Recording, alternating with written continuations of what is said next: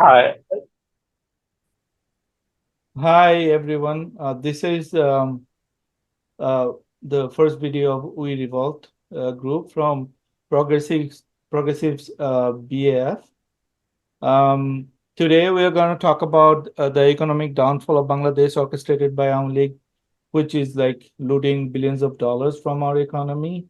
And the second point is Sheikh Hasina, why she is not unreformable and how what are the points we can get from the history that she's not reformable at all, even after she's doing the election and backed by India and all of these points. So we have Qazi Tanvir Ahmed, MD Rashid, Shafayat Ahmed, and Muntasir Mamun with us.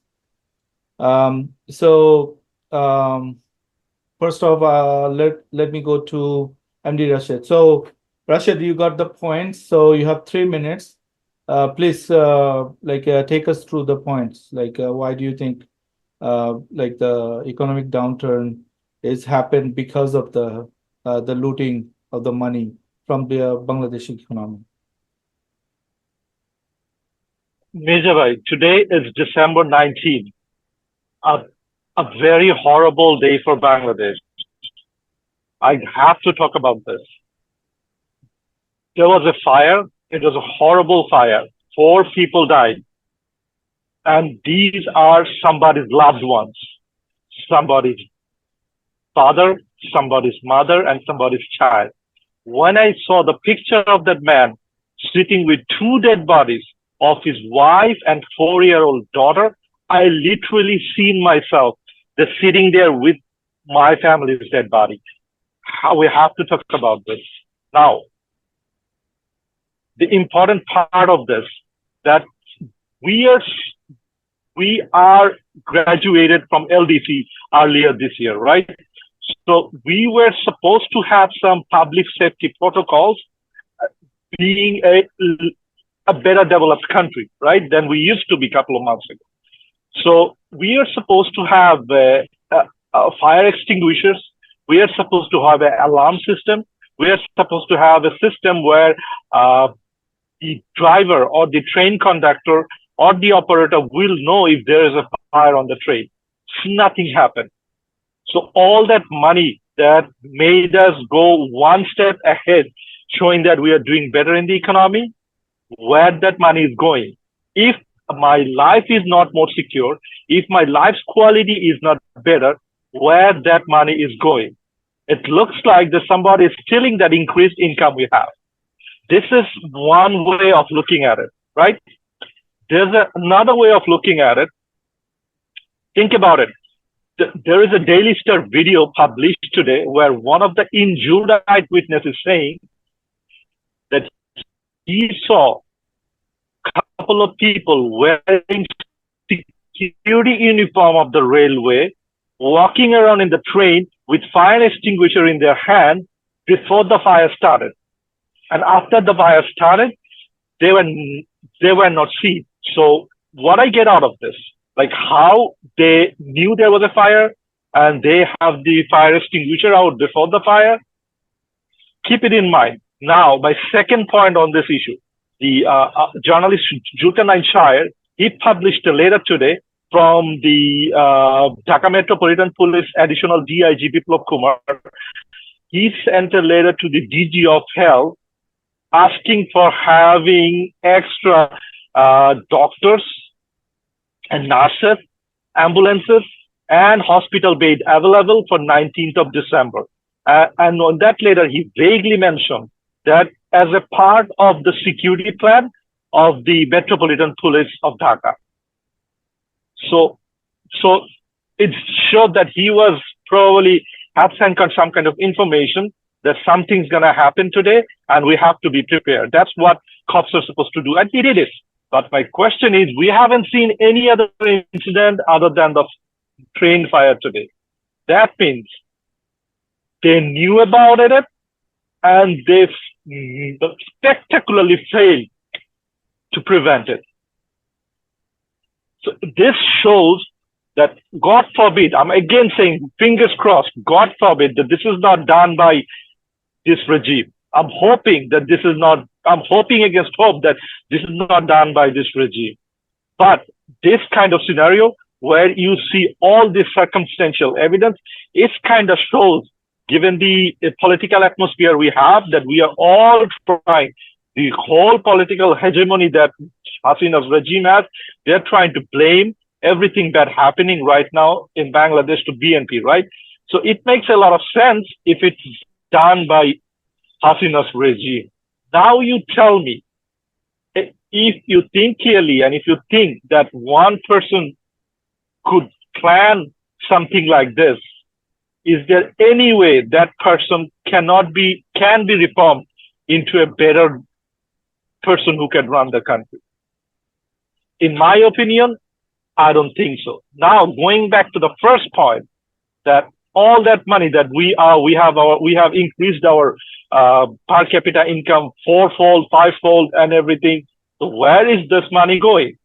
Let me give you an idea. Where is this money going? In last fiscal year, we paid around $2.7 billion for debt servicing. This year is going to be around 3.3.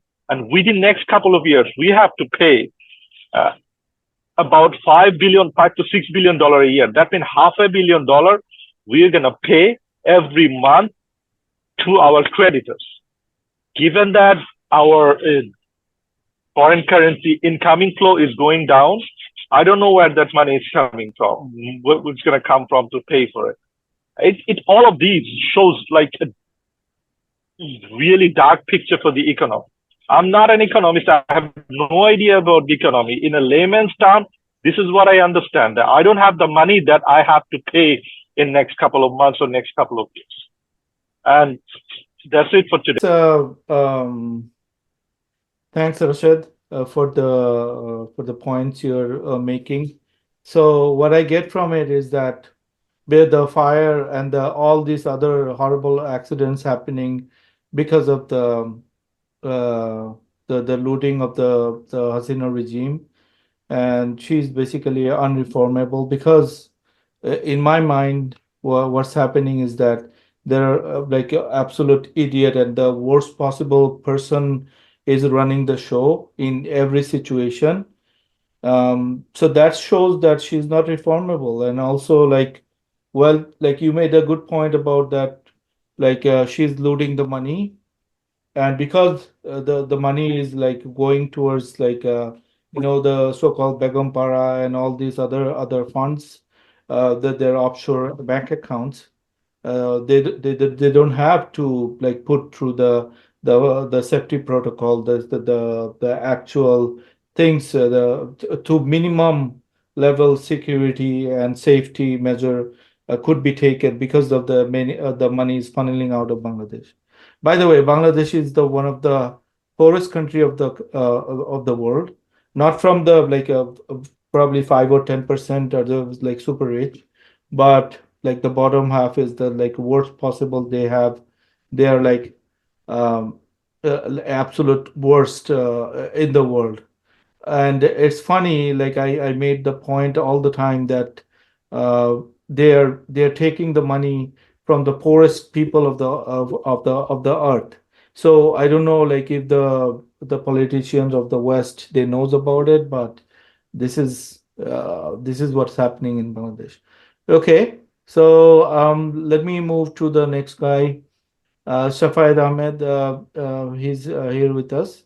So Shafayed, just build on it, like just like tell us, like why do you think this is happening to Bangladesh? Right? Okay, thank you, Mirza. So since my inclination is always towards, the historical lessons that we get, if we look at the electoral history of this specific party that we are talking about, the current ruling party. So as far as I'm concerned, with my observations and with my studies, probably in the entire electoral history of this specific party, there was one election so far out of, I think they have been in existence for more than 70 years, and there is only one election, which was probably the 1996 parliamentary election, which I would say that they won, without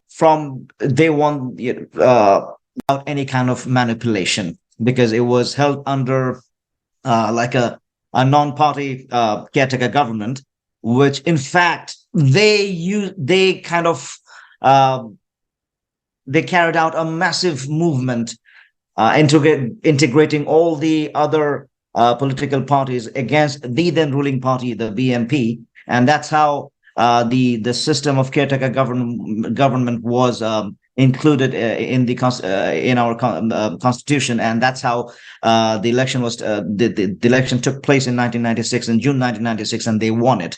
And they formed the government with the support of another party, which was, I believe, Jatiya Party at that time. Other than that, if you look at the first election, 1970, in fact, that was the first election ever to be held in Pakistan, like united, or even, after in the entire history of Pakistan, that was the first election, the parliamentary election held in Pakistan, where, yes, we know from the history that Awami League, they won the majority of the constituencies in the election. But if we look at a little closer, only 45% votes were casted in that election. And out of that, the other major political party from the then East Bengal, which is currently Bangladesh, which was, the NAP of led by Maulana Bhashani, they withdrew from the election in support of Awami League, so that the votes do not get divided, and as a result, the complete the whole of the population, they voted for this, the only option they had, which was the East Pakistan Awami League. And at the same time, we have to remember that only 45% of the votes were casted. And at the same time, now that we know that a lot of, I'm sure you have watched those videos that some of our media personalities, that those who were active in Awami League politics back then, how they're bragging about casting false votes, although they were not voters at that time, they were underage, but they were bragging that how they casted false vote in favor of Awami League, and that's how they the party won the election. Now, after after our independence, 1973. That was that was the first election ever to be held in independent Bangladesh, and we know what happened. I think out of 300 seats, 11 seats were they won uncontested. How? Because the candidates, they were forced to withdraw their nominations. They were forced, and the other seats, there was like mass vote rigging. Ballot boxes were carried away with helicopters, brought to the capital, so that the votes could not be counted properly. And that's how they won 291 seats out of 300. And there was I was reading an article from that time, that they came up with the statistics that at one constituency, if you look at the votes, the total votes casted, and the time frame when the votes were casted, they spent, as per the statistics, every 18 seconds one vote was casted, which is, it's not possible. Yeah, it's simply not possible. And after that, we have seen what happened in 2008. I was just reading the book of the former Indian president, Mr. Pranab Mukherjee. We know what happened. We have seen with our own eyes. I have seen what happened in 2014. I have seen what happened in 2018, because back then I was part of the system. I used to work for the government. We have seen closely what happened there. 2014, more than half of the seats were, they won it uncontested, because everyone boycotted the election. They said that, all right, let's, for the sake of continuation of the constitution, let's have this election, and then we will have a fresh one, which never happened. They continued for 5 years. And then what we saw what happened in 2018. I believe the EU or some of the Western governments, the MPs, they gave a joint statement. Even they didn't shy away from terming it as a midnight election, and that's how we all know it, the midnight election. So it's, I mean, to my understanding, it's in their genes, it's in their DNA. They're way past that point where they can be expected to reform themselves. I mean, they have gone way past that level. It's simply not possible for them anymore. And the way they have created the system, the mafia, it's like a mafia rule. If they're not in power, the whole system, their whole party would collapse, and they know it very well. And for their own existence, for their own survival, they have to stay in power by hook or by. Thank you, Safed. I just want to add on like a one point you were making. So you're saying that it's in their like DNA. It's somewhat true because like there is a saying that even if Sheikh Hasina wants a neutral election, she cannot union you made from the history. Okay, we'll go to Muntasir Mamun. Yeah, you can expand on it. Thank you, Mirza Bhai. So yeah, we started with fire and arson that actually happened today. I did not even, could not even gather courage to see those photos and videos. But yeah, what I personally feel, I have, I have seen Awami League for quite some time. In 1996, I was a kid, of course. I seen Awami League's movement from 2001 to 2005-6 at that time. So we know what Awami League does and what are the copybook examples of the type of Awami League works. And fire, arson, looting, these are what Awami League does all the time. Awami League uses this kind of forces all the time. If you take a look from 2001 to 2006, those are kind of fresh memory to us, right? We saw Awami League burned buses with gunpowders at that time, but you will never see one foolproof example that a BNP group of people have actually lit fire on a bus. There is no foolproof example, but there are foolproof examples that Awami League did these things before. Many so times. There is, yeah, like in I think in 2004, in front of Sheraton Hotel, like they burned people with gunpowder. Yeah, That's a 16 foolproof people. example. Yeah, Yeah. that's a foolproof example that Awami League did that. But Awami League is in power for 15 years, and they have never been able to prove one single foolproof case of fire or arson against BNP. So to me, this is a very copybook example of what Awami League does and what kind of tools Awami League uses to divert people's people's mindset, people's what people are thinking and everything. And also I try to find out some clues as well. So there are some Awami League sleeper cells all around, right? Those guys we call them sushils. They kind of like to write poetries and this and that when the country is going through this turmoil. And the moment I see these people are kind of rising from their sleep, I know something is going on. And exactly that's what I saw yesterday. There's a guy, I forgot his name. I suddenly I Anis saw Alamgir. yesterday. Anis Alamgir. Yeah, I did post that as well, right? So this guy suddenly started to say that BNP did this, BNP did that, just within like 20 minutes of happening that event. So these people who have like big mustaches, like I think Anis Alamgir doesn't have mustache now, but all other guys of that same category, they have big mustaches. Tanvir Bhai told me that, and I kind of figured that out as well. So they are the sleeper cells of Awami League, right? And the moment they start to bark all together, there is something going on, and I know there is something going on. This is not going to be the end. I urge people of the country to be very careful. You need to first save your life from all this Awami League conspiracy, and why these things are gonna grow even further. I think even after the election, these things are not gonna stop. Why?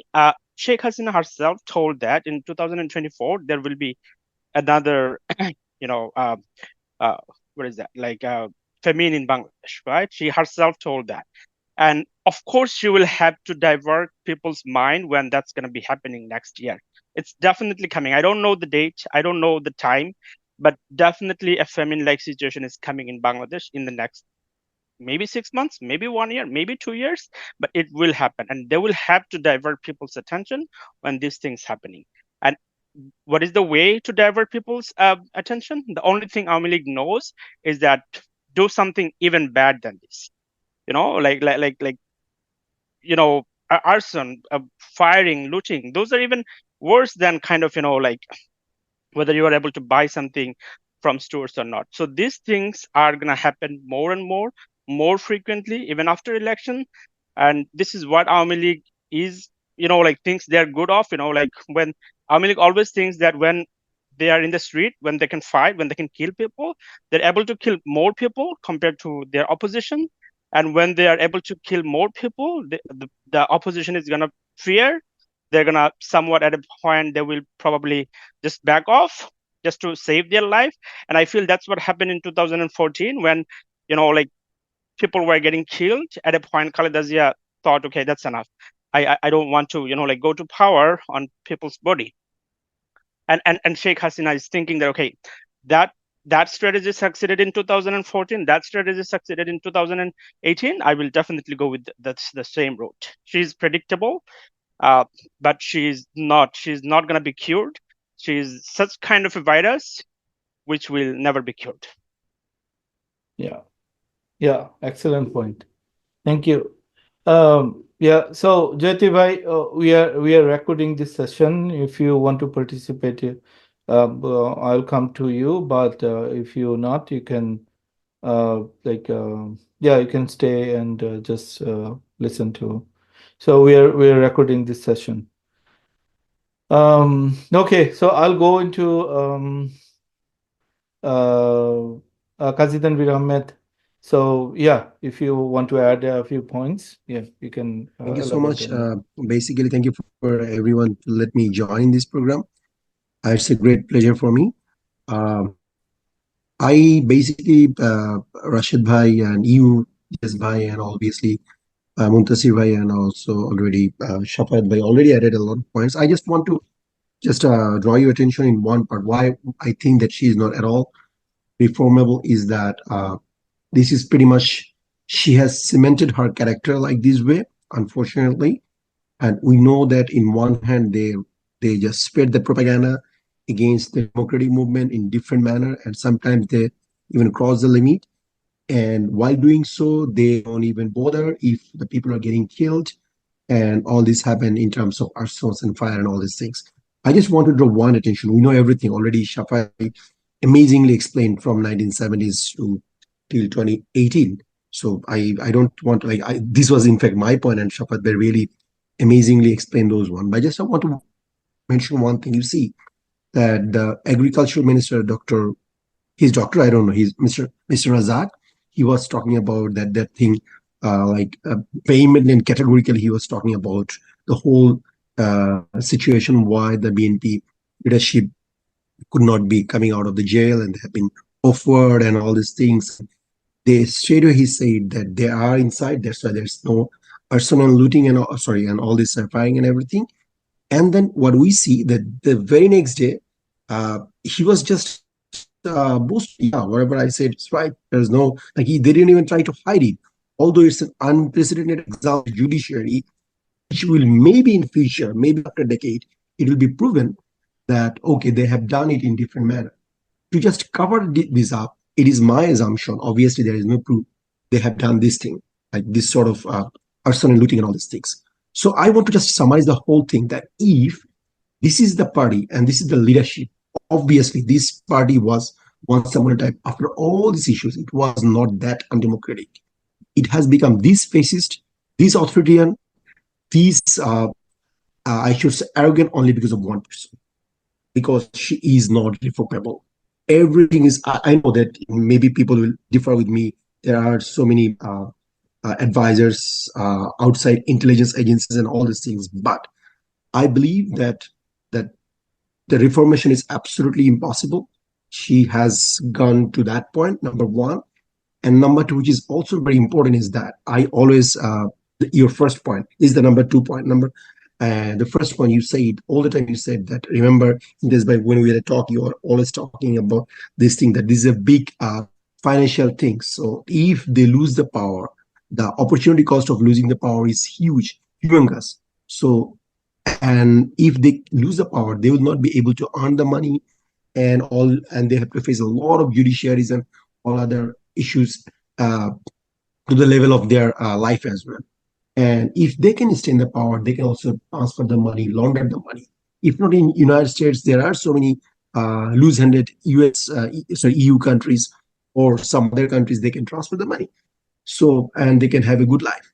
So that's what I'm trying to say, is that, so these 2 points, like the reformation is impossible.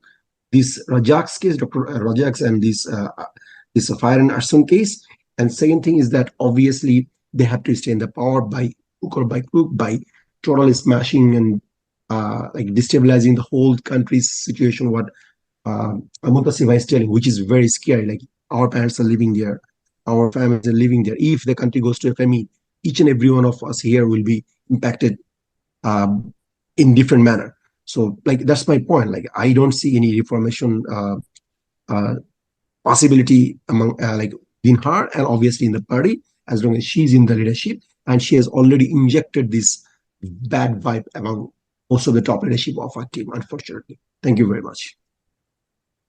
Thank you, Kazi. Tanvir Ahmed, you made excellent points. So going back to the arson and the fire, basically, I like to add a few points of mine as well. So this is like a tool they're using. So it's not that, like, okay, we have to be truthful and straight. So like burning buses and in subcontinent politics is just like it's like bread and butter. Anywhere you burn buses, you burn like the things, and that's how you create ruckus, and that's how like you create street protests. But the down low is that the fear, the absolute monstrosity they created. Avam League was the first guy, as Mamun mentioned.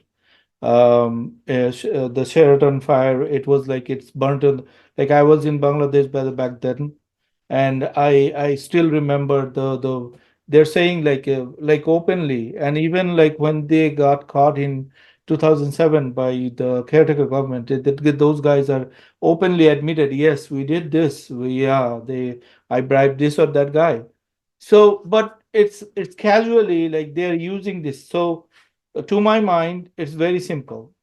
There are two type of fires. One is that created by Amelie, and it's like a vicious. It's for fear. It's for the effect. It's for the propaganda. It's for those kind of things. So they just go and they burn.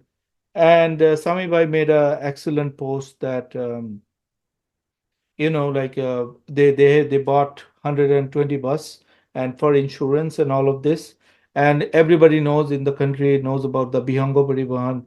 It was widespread that this guy like lent the bus to burn and all of this.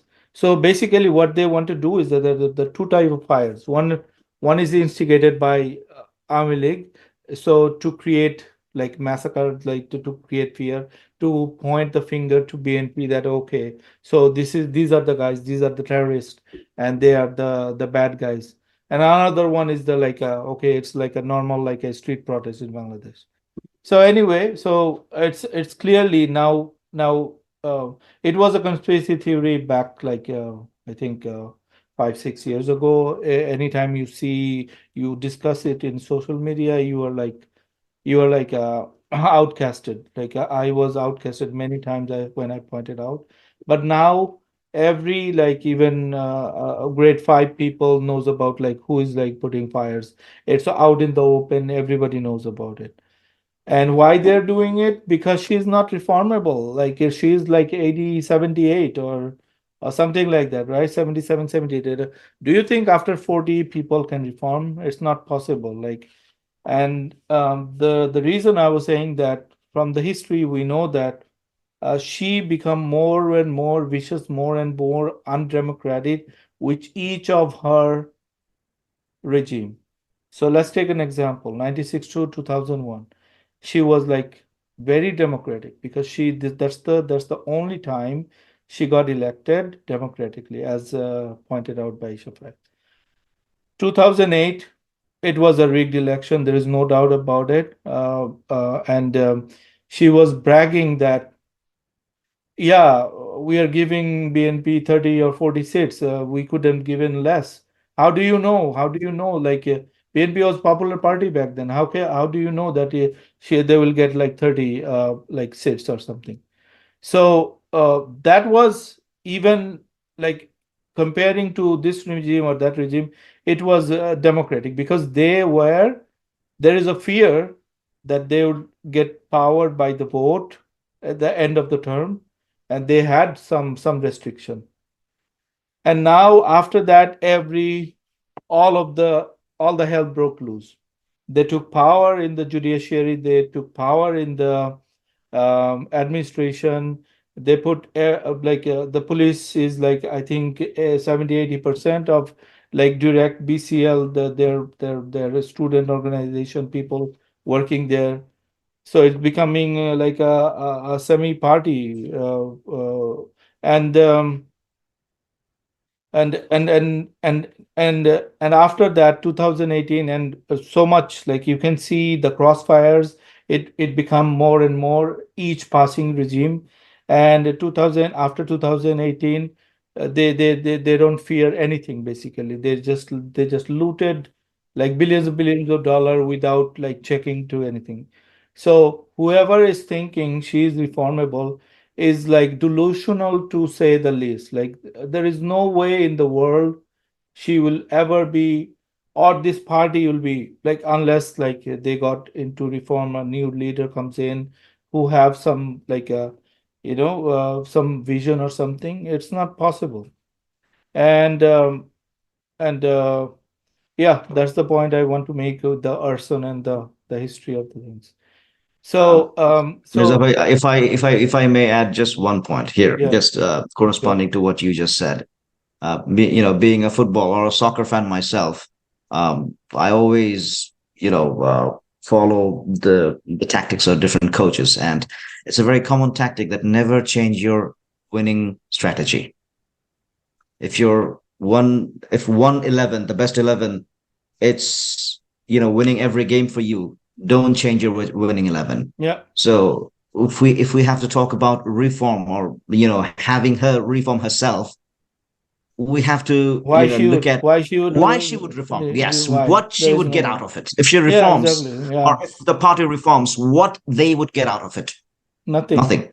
They'll just lose power. nothing. Because she's unpopular. She knows that. That's why she's rigging the election. If she can win the election, she cares about the vote. There is no way she's like rigging, right? So you're right. Okay, so I'll give 1 minute each of the person. Just closing thought, and we'll quickly. So please, guys, just make short and quick points. Okay. So Rashid, yeah, go ahead. You are on mute. So reform issue, right? I heard, Fareed Zakaria from CNN, right? Once he said something about Trump. He said the guy who bullshitted all his life and became the most powerful man in the face of the earth. You cannot, by bullshitting, you cannot tell him bullshitting doesn't work. Yeah, definitely. The same thing is happening with, he got everything that can be possible beyond any Bangladeshi's wildest imagination, correct? Nobody ever thought a one person could be this powerful. And she went up to that. So there's no way you can tell her you do something wrong and she'll self realize that I did something wrong. And then she decided to reform herself. That's the point about her reform. Now, another point, uh, the arson, right? You don't, same thing the Safayat Bhai said, you don't change your winning formula, correct? In 2014, for the sake of the argument, let's say BNP did all the fire, only for the sake of the argument, right? Yeah. BNP is not stupid or dumb that they're going to do the same thing that failed them. We failed to stop that election, right? Why are we going to do that again? Does it make any sense? Who's gonna do that again? If my opposition wants to see me fail again and paint the same picture, that picture of failure, they will do that again. Correct? Mhm. Also, in 2014 and 2018, they won. They somehow stayed in the power, doing two different type of election. Both are rigged and everything, right? They have the winning formula given the situation. They will definitely do that. When you add these two together, that then this is their game plan. Again, I said it the other day. If it walk like a duck, if it talk like a duck, it is a duck. She is not reformable, and this they're gonna do the same thing again and again and again. You have to make them not to do the same thing. I Okay. don't know how we're going to make them do the same thing, but this is had to be done. And Yeah. last thing, this is very important. We keep calling her fascist, right? At the end of the day, you look at them, they are fascist has some stupid idea in their head, right? They don't have any idea. They are like literally looters. They don't have Okay. any honor. They don't have anything. They just want to grab money and power. Yeah, exactly. It's like mafia, and remember, and they initiate in mafia. Every new member comes in, they do an initiation, right? They ask them to kill somebody or break somebody's jaw. You remember Harun and Biplov debuted in the national TV by beating up the chief whip. That was their debut. Now they're their biggest champion. Another example, you remember Johnny from Kilga who got shot 16 or 18 times on their chest? That's what mafia does. They killed in a pattern with a specific way to let everybody know that this is what I can do to you. You better behave yourself. Otherwise, you're going to get shot 16 to 18 times on your chest. Yeah. Thank you. That's all I want to say. Okay, so we'll quickly go back to Muntasir Mamun. Yeah, just your closing thought. It should be short and sweet. You're on mute. So sorry, I sorry, Yeah, sorry it's for fine. that. Okay, so yeah, I'm not gonna add a lot of sentences. Just one thing Shafat Bhai said, like they're never gonna change their winning strategy. The only way for us to deviate them from their strategy is to beat them. Once we beat them, they know that their strategy doesn't work. Probably they will change. Probably not. I'm not hopeful about Army League. The other thing I'm really scared about is that like a financial crisis, a dooming financial crisis is coming next year, maybe the year after, and with Army League in power, Sheikh Hasina, the person who is such a vengeance person, like who can stoop to any level, like to stay in power, and she knows that there is no option for her to kind of leave the power. I don't know what she is gonna bring in. She knows the language of destruction. I don't know whether just to deviate the country from a coming famine or a financial crisis, is she gonna stoop to the level of speaking in the language of destruction even more? If that happens, that's very scary for the country. We should definitely stop her before that happens. Yeah, yeah. Thanks, Muntasir.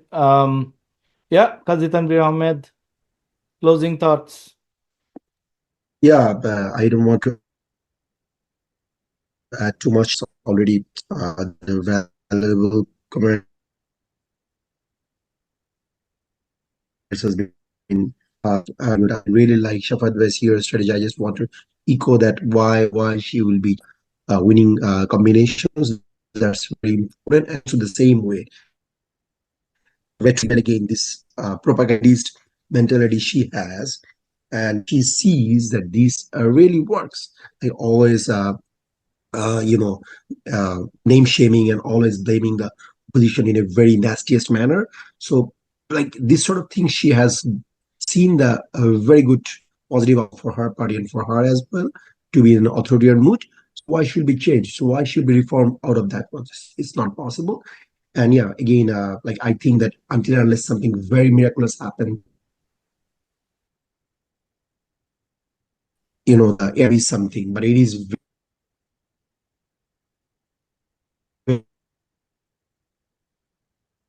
very unlikely, very dangerous on the sky of the fate of the nation.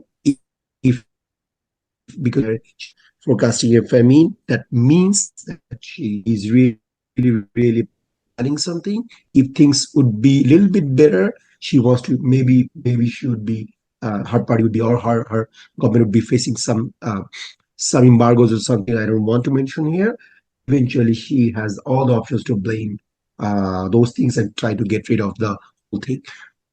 Try to get rid of, in a sense, try to get rid of like from the blame, but the whole nation will suffer. So what I want to say is that reformation from her side is quite highly unlikely. Thank you very much. Okay, thanks. Excellent points, guys. It was a productive session. So I'll just stop recording right now, and we'll hang on for a few minutes.